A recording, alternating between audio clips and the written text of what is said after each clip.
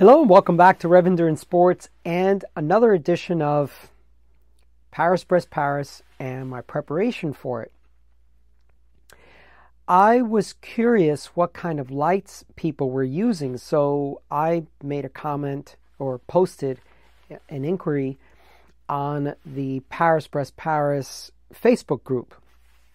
Fairly active group, so I thought, well, I'll get some responses there. And it was really interesting to see some of the responses because, here, daytime running, we use a flashing taillight here in Southern California. But for France, it is illegal to run a flashing taillight. Yeah, I didn't know that. But it is illegal, and so for the event, you have to have a steady taillight. Now, I'd never really run my taillight steady, so I had no clue how long they would last. And so I was worried that, okay, I need to buy new stuff, or I need to figure out what else to do because, I'm not going to have a dynamo hub powering my headlight and taillight. And if you're not familiar, a dynamo hub is in your front wheel, and it just powers electrically as it generates. As you're rolling, it's constantly generating electrical power to your headlight and taillight, or whatever else you may use. So, since I'd never used my taillights in solid, I thought, wow, these things are not going to last at all. Well, as I mentioned before, I'm a curious fellow. These are my Seigolite 350, and this is a hot shot. They're both hot shots, by the way. 200, I believe. Let me read this. Yep, 200. So, and this is not a paid ad or sponsored ad from Seigolite, but I've just been using them because they are a good value. They offer a lot of features that I like in a light, and in particular the tail lights. So they have a two-button system. So basically, one button turns it on and off and switches modes. The other button either increases or reduces the brightness, or in the case of a flashing mode, increases the speed of the flash or decreases the speed of the flash.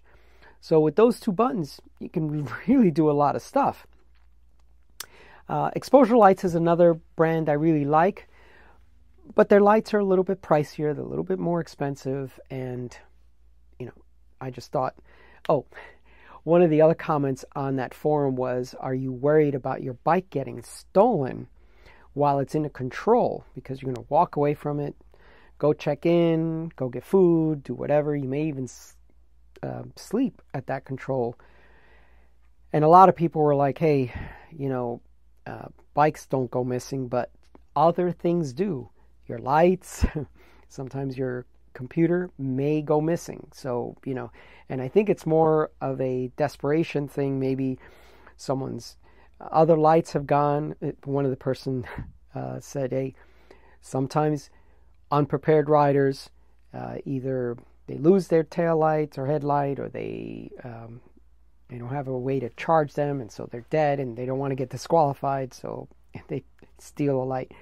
It is an awful situation to have your stuff stolen when you're the one who was well prepared for the event.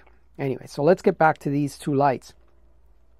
On Tuesday, for the morning ride at 8 a.m., I turned these on. It is now Thursday, almost 2 p.m. So over 48 hours so far, Tuesday to Wednesday to Thursday 8 a.m. and it's almost 2 p.m. So another 6 hours, 54 hours or so that these have been on. What I did was I put it onto the solid mode and I turned down the brightness. So the 350 hot shot, the 200 hot shot, we're at 50 plus hours. One of the other lights that came recommended was the Hot Rod 120. And one of the posters said, I've used this light on previous 1200Ks and left it on daytime, nighttime. You know, typically you just need to have the taillights running at night and headlight as well at night.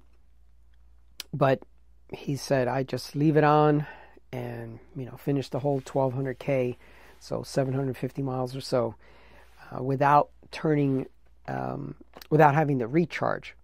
So it's funny, right here on the box it says, "Do not look into the light." Yeah, anyway. So we have these different modes, but then that would be the low mode.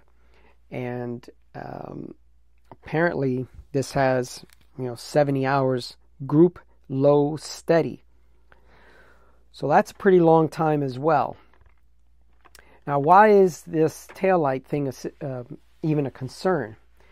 Well, it's 750 miles and 1200K and almost 40,000 feet of climbing. So you're not going to zip along this course. That's number one. Number two, you're going to have to bed down, if not once, twice. So there's no outlets. From what I understand, there's no way to get access to an outlet or whatever. So you got to bring your own charging devices. So if you don't have to charge your taillights or your headlights or your cycling computer, this is a really big deal, right? I mean, the less things you have to worry about running down on you while you're out for just shy of 4 days on the bike, so 90 hours is the time limit. It just makes your life easier. Then all you have to worry about is the language barrier and, you know, all these other things. But at least you don't have to worry about your equipment. Anyway, I just wanted to share that with you. If you're looking for taillights, you're looking for something that it's going to last the event. And remember, you know, these are been, 54 hours. I think I just did the math. That's straight through. So you don't have to run it during the daytime, but, you know, you could.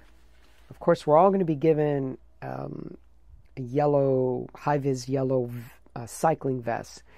So, you know, during the daytime, you don't have to wear that either. So maybe you take that off. It's hot, and you still have your taillight running. So, okay. Anyway, that's all for today. Please like and subscribe. If you're getting value out of these videos, please like and subscribe and share my videos with other folks. Also hit that notification bell so you know when I've posted another video. Okay? Thank you for watching. Please like and subscribe. We'll see you up the road.